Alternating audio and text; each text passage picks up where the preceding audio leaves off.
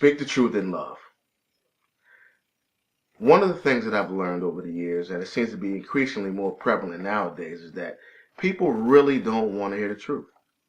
It's sad, it's unfortunate, but most people want you to sugarcoat the truth or not tell it at all. Usually people want you to temper it in a way that it goes down a little easier, or it's easier for them to accept or swallow. But what happened to telling the truth?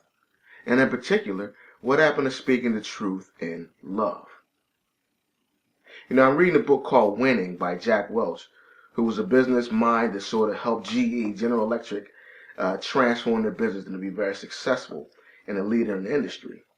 And in the book, he talks about candor, talks about how when he joined the organization, no one wanted to tell the truth.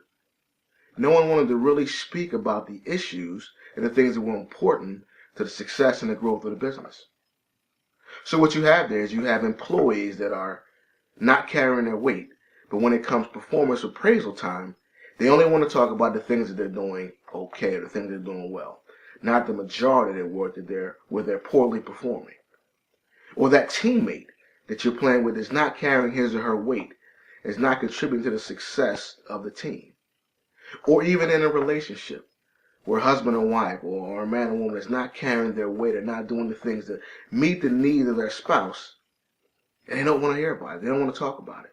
They want to skirt around the real issues and deal with other things. Now, I'm a firm believer that if we want to be successful in any of those areas or any other areas in our lives, then we have to learn to speak the truth in love. And my first point is simple. It's just that. When you speak the truth, it has to be done with love, but also with respect. Respect for the others. That doesn't mean you don't tell the truth when it's difficult to tell it.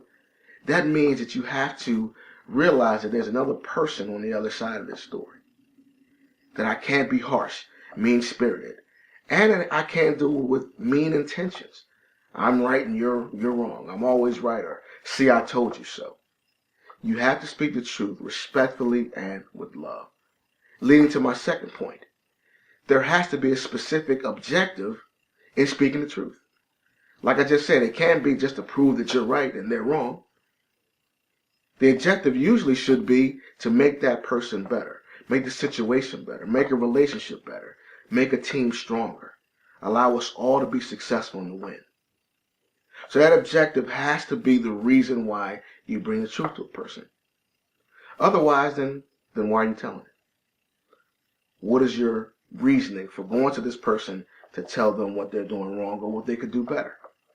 It has to be a clear objective to make that person better, make the situation better, and everybody will win.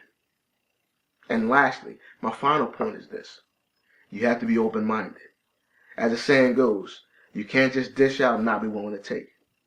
So just as much criticism or feedback as you're willing to provide for others in love, you have to be willing to receive it back yourself. You can't only want to give the truth, and then when someone brings you the truth, ignore them or act like you're above them or you don't hear it. You have to be open-minded and willing to receive it. Because when you are, that means you'll be better. The person will also be better because they'll learn to use that candor to be open and honest and give you that feedback. I realize that speaking the truth can be difficult. Because unfortunately, most of us don't want to hear the truth.